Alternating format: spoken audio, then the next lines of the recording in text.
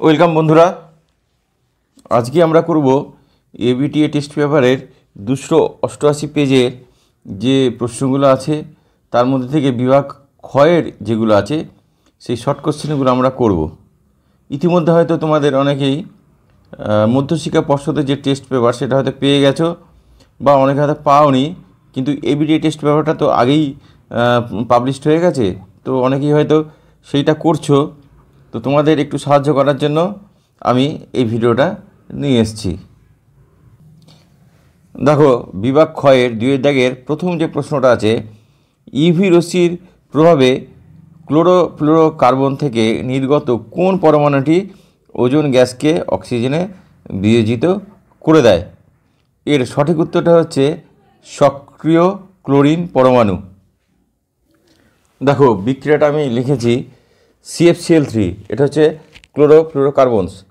ইউভির প্রভাবে কী হচ্ছে, সক্রিয় ক্লোরিন তৈরি করছে ভেঙে গিয়ে, আর CFCl2 মানে একটা ক্লোরিন বেরিয়ে গেছে, Cl2 পড়ে আছে। এবার এই সক্রিয় ক্লোরিন দেখো ওজোন পরমাণুটাকে ভেঙে দিচ্ছে, দিয়ে কী করছে, অক্সিজেন গ্যাস তৈরি করছে আর ClO তৈরি হচ্ছে। এবং এই ClO আবার আরেকটা ওজোন পরমাণুকে ভাঙছে, ভেঙে আবার একটা সক্রিয় ক্লোরিন এবং আবার অক্সিজেন তৈরি হচ্ছে। তাহলে বুঝতেই পারছো যে একটা CFCl3 যদি বাতাসে মেশে একটা অণু, তাহলে কিন্তু একটা শৃঙ্খল বিক্রিয়ার মতো এটা চলতে থাকছে।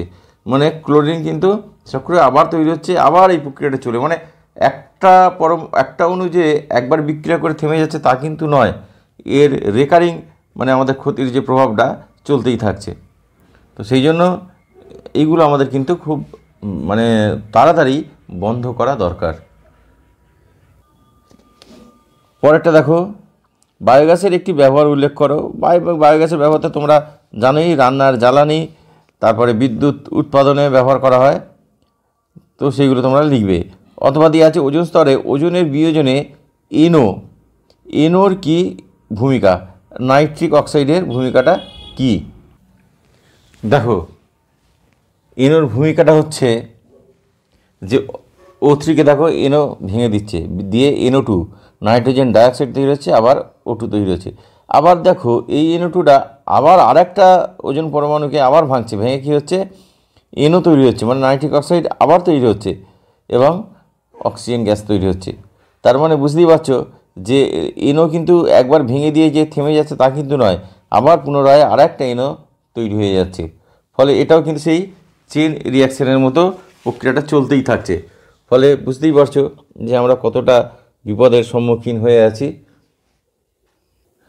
দেখো পরেরটা 2-3, নিচের বিবৃতিটি সত্য না মিথ্যা লেখো। অ্যাভোগাড্রো সূত্রে গ্যাসের অণুগুলির আয়তন গণ্য করা হয় না, গণ্য করা হয় না, নগণ্য ধরা হয়, কাজে এটা মিথ্যা। আচ্ছা, পরেরটাও তাই। তামা, লোহা ও ইনভারের মধ্যে লোহার রৈখিক প্রসারণ গুণাঙ্ক সর্বনিম্ন, এটাও মিথ্যা, কারণ ইনভারের হচ্ছে সর্বনিম্ন। অথবা দিয়ে দেয়া আছে, দেখো আয়তন প্রসারণ গুণাঙ্কের একক কী? আয়তন প্রসারণ গুণাঙ্কের একক হচ্ছে পার ডিগ্রি সেন্টিগ্রেড, অথবা পার কেলভিন, অথবা পার ডিগ্রি ফারেনহাইট। ঠিক আছে। এলইডি এর পুরো কথাটি কি? এলইডি এর পুরো কথাটি হচ্ছে light emitting diode. Light emitting diode, light emitting diode. আলোকের বিচ্ছুরণের একটি প্রাকৃতিক উদাহরণ দাও। তোমরা সবাই জানো এটা রামধনু একটি প্রাকৃতিক উদাহরণ। আলোকরশ্মি লঘু থেকে ঘন মাধ্যমে গেলে আপাতন কোণ ও প্রতিসরণ কোণের মধ্যে কোনটি বড়?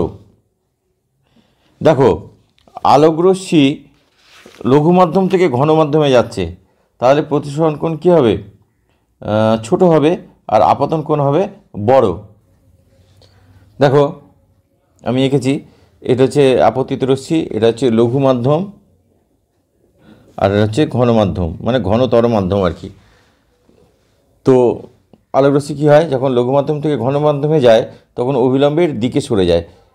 এটা এই পথে যাওয়ার কথা ছিল, এই দিকে সরে গেছে, তার মানে কি কোণটা ছোট হয়ে গেছে। তাহলে আপতন কোণ বড়, প্রতিসরণ কোণ ছোট। গ্যাসের অণুর গতিশক্তি পরম উষ্ণতার ড্যাশ, পরম উষ্ণতার সমানুপাতিক হয়। ঠিক আছে। 2 পারমাণবিক চুল্লিতে কোন ধরনের নিউক্লিয় বিক্রিয়ার সাহায্যে শক্তি উৎপাদিত হয়? পারমাণবিক চুল্লিতে নিউক্লিয় বিভাজন বিক্রিয়ার সাহায্যে শক্তি উৎপাদিত হয়। একটি প্রাকৃতিক তেজস্ক্রিয় মৌলের উদাহরণ দাও।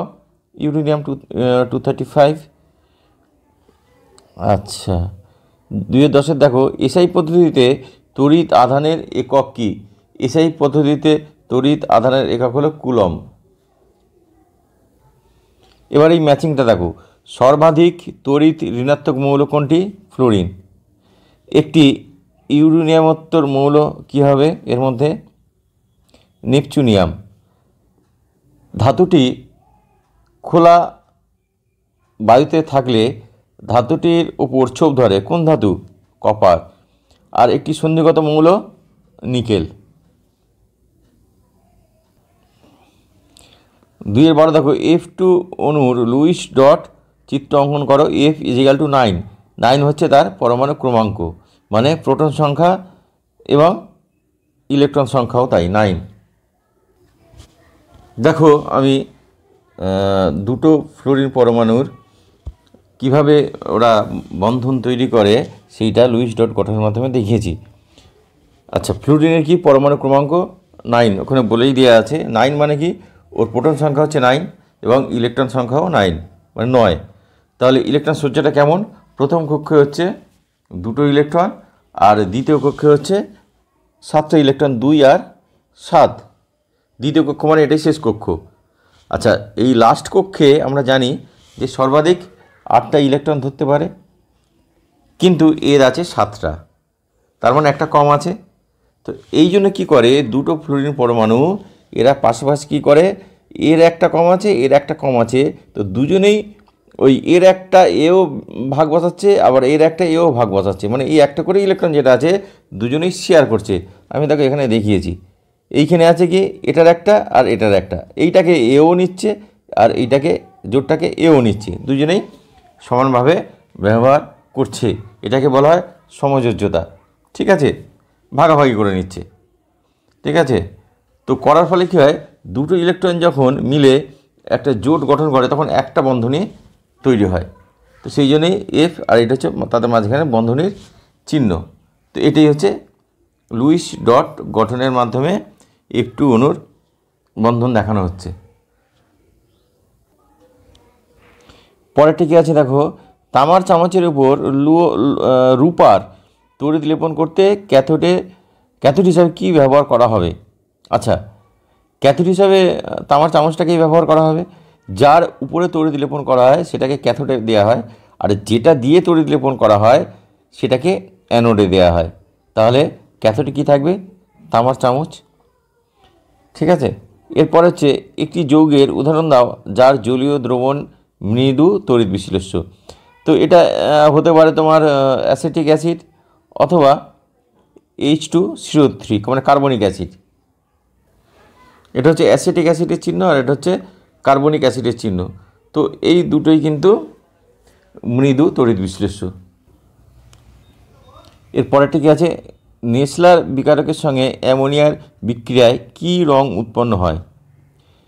নেসলার বিকারকের সঙ্গে অ্যামোনিয়ার বিক্রিয়ায় বাদামি রং উৎপন্ন হয়। নেসলার বিকারকটা হচ্ছে ক্ষারীয় পটাশিয়াম মার্কিউরো আয়োডাইড, যেটা বর্ণহীন একটি স্বচ্ছ দ্রবণ। যখনই তার মধ্যে অ্যামোনিয়া দেওয়া হবে বা অ্যামোনিয়াম হাইড্রক্সাইড এরকম কিছু দেওয়া হবে, তখনই কিন্তু ওটা বাদামি বর্ণ ধারণ করে, এবং ধারণ করার পরে কী হয়, একটা অধক্ষেপ তৈরি করে বাদামি বর্ণের, এবং সেই অধক্ষেপটা হচ্ছে সংকেত হচ্ছে এইটা। ঠিক আছে, পরেরটা দেখো, উপযুক্ত লিটমাস কাগজের সাহায্যে দেখাও যে অ্যামোনিয়ার জলীয় দ্রবণ ক্ষারীয় প্রকৃতির। আচ্ছা, অ্যামোনিয়া শুষ্ক অ্যামোনিয়া কিন্তু ক্ষারীয় নয়, কিন্তু অ্যামোনিয়াম হাইড্রক্সাইড জলীয় দ্রবণ আর কি, সেটা ক্ষারীয়। তো যদি লাল লিটমাসের মধ্যে দেওয়া হয় সেটা কিন্তু নীল হয়ে যাবে, তাহলে সেই থেকে বলা যাবে যে অ্যামোনিয়ার জলীয় দ্রবণ ক্ষারীয় প্রকৃতির। পরেরটা দেখো, অথবা দিয়ে শূন্যস্থান পূরণ করো। NaOH + H2S, এটা কী হবে? শূন্যস্থান H2O। দেখো NaOH প্লাস H2S কী তৈরি হয়, NaHS সোডিয়াম বাইসালফাইড আর হচ্ছে H2O। আর NaOH এর পরিমাণটা যদি বেশি হয়, যেমন এখানে 2 NaOH করেছি, সেটা যখন H2S এর সাথে বিক্রিয়া করে তাহলে হয় Na2S সোডিয়াম সালফাইড 2H2O। পরেরটা দেখো ইথানলের সঙ্গে সোডিয়াম এর বিক্রিয়ায় গ্যাস নির্গত হয়, মানে কোন গ্যাস নির্গত হয় আর কি, এটা H2 গ্যাস নির্গত হয়, সোডিয়াম ইথক্সাইড আর H2 গ্যাস। বিক্রিয়াটা আমি লিখেছি দেখো 2C2H5OH, এটা হচ্ছে ইথানল, আর এটা হচ্ছে সোডিয়াম, কী তৈরি হচ্ছে 2C2H5ONa, এটাকে বলা হয় সোডিয়াম ইথক্সাইড, আর তার সাথে হাইড্রোজেন গ্যাস তৈরি হচ্ছে। পরেরটা বলছে সত্য মিথ্যে লিখতে হবে। কঠিন NaCl এর তড়িৎ পরিবাহিতা গলিত NaCl এর তড়িৎ পরিবাহিতা থেকে বেশি, না এটা তো মিথ্যা। গলিত অথবা জলে দ্রবীভূত হলে তখনই তার মধ্যে তড়িৎ পরিবাহিতা দেখা যায়।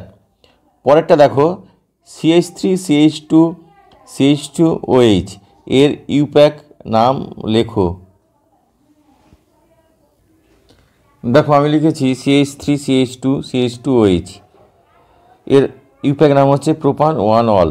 ইউপ্যাক নাম তোমরা হয়তো জানো কিভাবে বার করা হয়, আমি তোমাদের এখানে দেখিয়ে দিচ্ছি। দেখো প্রথম কথা হচ্ছে যে এখানে 3টে কার্বন পরমাণু আছে, তার মানে কি এটা প্রোপ দিয়ে নামটা তৈরি হবে, ঠিক আছে, প্রোপান আর কি, প্রোপান দিয়ে তৈরি হবে। হ্যাঁ, তো এর সাথে OH যুক্ত আছে, OH যুক্ত থাকা মানে অল লাস্টে এর সাথে অল তৈরি হয়। আমি তোমাদের পরে একটা ইউপ্যাক নাম কিভাবে দেওয়া হয় তার উপরে একটা ভিডিও বানাবো, আপাতত এইটুকু দেখে রাখো। তাহলে প্রোপান অল বা প্রোপান 1 অল, আর যেদিকে এই আমাদের মূলকগুলো যুক্ত থাকে তা সেই দিক থেকে কিন্তু নাম্বারিংটা শুরু হয়, মানে এইটা হচ্ছে 1, এটা হচ্ছে 2, এটা হচ্ছে 3, তো 3টে আছে বলে প্রোপান, আর প্রথম কার্বন পরমাণুর সাথে এটা যুক্ত আছে বলে প্রোপান 1 অল। যদি এই OHটা এইটার সাথে যুক্ত থাকতো তাহলে কী হতো CH3CH OH CH3, সেই ক্ষেত্রে নাম হতো প্রোপান 2 অল, ঠিক আছে। আচ্ছা, এবার দেখো আর একটা আছে অথবা দিয়ে CH3CH2OH এর একটি সমাবয়বের গঠন সংকেত লেখো। আচ্ছা দেখো আমি লিখেছি প্রথমটা যেটা আছে সেটা হচ্ছে ইথাইল অ্যালকোহল CH3CH2OH। আচ্ছা সমবায় কি, সমবায় হচ্ছে যে মূল সংকেতটা একই কিন্তু তাদের গঠন আলাদা। দেখো এখানে কটা কার্বন আছে, 1 2, দুটো কার্বন। হাইড্রোজেন কটা, এখানে 3টে, এখানে 2টো, 5টা, আর এখানে 1টা, 6টা, আর অক্সিজেন হচ্ছে 1টা। আমি এখানে লিখেছি মূল সংকেতটা C2H6O। আচ্ছা এর একটা সমবায়ব কি CH3OCH3, এখানে দেখো কার্বন 2টো, হাইড্রোজেন এখানে 6টা, 3 3 6, আর অক্সিজেন 1টা। তার মূল সংকেতটা একই কিন্তু গঠনটা আলাদা, তো এই যৌগটাও আলাদা। এটা হচ্ছে ইথাইল অ্যালকোহল আর এটা হচ্ছে ডাইমিথাইল ইথার। তাহলে এর একটা সমবায়ব হলো এইটা ডাইমিথাইল ইথার। তাহলে বন্ধুরা আজকে এই পর্যন্তই থাক, পরের দিন আমরা অন্য কোনো পেজ নিয়ে আমরা আবার সমাধান করব। আর তোমরা যারা এখনও সাবস্ক্রাইব করোনি তারা কিন্তু তাড়াতাড়ি এই চ্যানেলটা সাবস্ক্রাইব করো, যাতে করে আমি নতুন ভিডিও আপলোড করলেই তোমাদের কাছে নোটিফিকেশান চলে যায়। আর যদি ভিডিও ভালো লাগে তাহলে লাইক আর শেয়ার করো।